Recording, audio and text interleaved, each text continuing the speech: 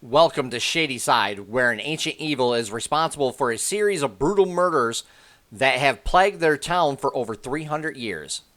Hello, everybody. I'm Steve from VALHARTV, and today I'll be reviewing Fear Street Part 1. This is an adaptation of R.L. Stine's Fear Street books. And we really kind of get to see this brought to life in an adult kind of way. So, this is a rated R version of the Fear Street books. And we'll kick it right off with Shadyside. You know, Shadyside is a town with a terrible history. It's infamously known for different murderers across decades. All the way back to, I believe, 1666. And these murderers are really, all this stuff is unexplained. And it's repressed by the community. Like, nobody really wants to think about it and things like that. They just want to, move on from it. And we see, in the beginning of the movie, where there's a whole bunch of people killed in a mall. So we really see things start to kind of kick back up a little bit. And then we cut to our main group of teens who inadvertently disturbed the resting place of a witch who has created, in one way or another, a cult of killers over the centuries that she kind of uses to go out and kill people for her. And we see the whole group is terrorized by one killer after the other that come along, and it's really kind of interesting to see that. And we get the main girl's, I think Dina is her name.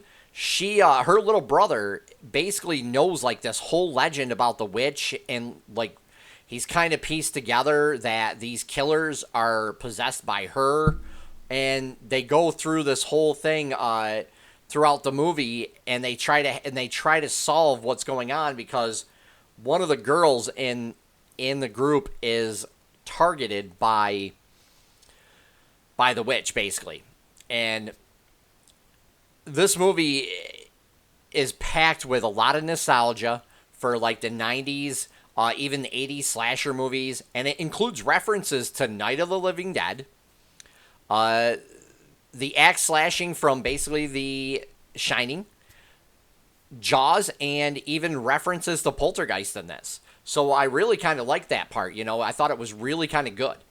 But what I really didn't like about the movie was that the teenage drama in this felt, to me anyways, it felt a little forced. A lot of it felt really forced.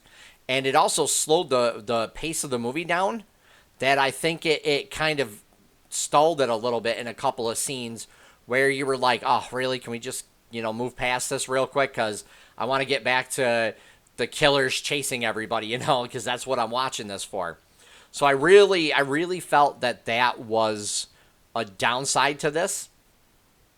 The sets were really good. We get to see Shadyside being really run down and kind of poverty stricken, while we go to Sunnyvale and we get to see a lot of nice homes, things like that. And we also get a really good kind of blood factor too. It's not really gory, but it's definitely slasher movie type-ish. And we get some really good kill scenes too in this, which I thought were really good. The soundtrack was full of 90s songs, so I thought that was pretty great. The acting for the most part in this, I thought was okay for the most part. But again, some of it felt really forced. Some of the dialogue felt really forced. Some of the drama was really forced. So I really didn't, care for that too much. But I do have mixed feelings about this movie. I thought it was okay to good at times. The nostalgia was really good. The tropes it fell into were really good. The scenes where they were being chased and they were trying to figure out how to stop these killers were really good. But the drama and the love interests were not really good. So it kind of brought it down for me. I would give this at least a 6.5 out of 10, and that's it.